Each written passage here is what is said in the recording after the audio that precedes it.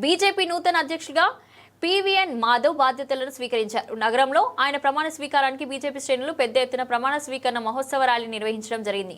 Vijayawada Lenin centre పేరు మార్చి కవి సామ్రాట్ విశ్వనాథ సత్యనారాయణ పేరు పెట్టాలని పీవీఎన్ మాధవ్ అన్నారు.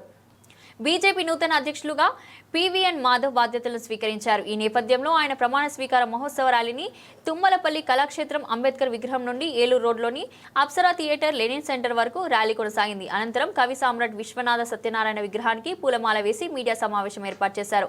ఈ సందర్భంగా ఆయన మాట్లాడుతూ విజయవాడ లెనిన్ సెంటర్ పేరు మార్చి కవి సామ్రాట్ విశ్వనాథ సత్యనారాయణ పేరు పెట్టాలని ఆయన అన్నారు.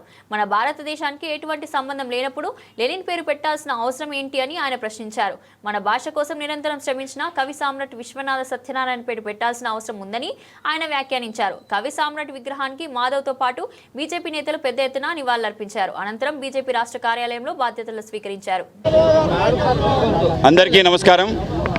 మన విజయవాడలో పుట్టి మన తెలుగు జెండాని ప్రపంచవ్యాప్తంగా ఎగిరించి కవి సామ్రాట్ విశ్వనాథ సత్యనారాయణ గారు అనేక రకాలుగా వన్నె తీసుకురావడం జరిగింది. ముఖ్యంగా రాష్ట్ర విభజన జరిగిన సమయంలో ఈ రాష్ట్రానికి ఏదైతే అస్తిత్వం ఉందో అస్తిత్వమైన తెలుగు భాష సంబంధించిన శాసన భాషగా చేయాలి అని ఒక ప్రయత్నం చేయటం జరిగింది.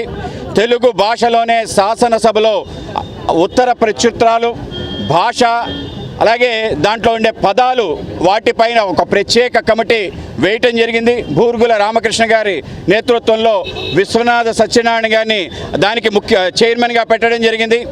ఆయన ఏదైతే శాసన భాష యొక్క నిఘంటు ఏదైతే ఉందో తెలుగు భాషకి ఆ విధంగా ఒక నిఘంటు తీసుకురావడానికి 2 సంవత్సరాలు కృషి చేసి ప్రపంచవ్యాప్తంగా శాసన పదాలు ఏవైతే ఇంగ్లీష్లో ఉన్నాయో వాటికి తెలుగు పదాలు తీసుకొచ్చి ఒక నిఘంటునివ్వటం, రాష్ట్రానికి సంబంధించిన ఒక దిక్సూచి ఇవ్వటం జరిగింది.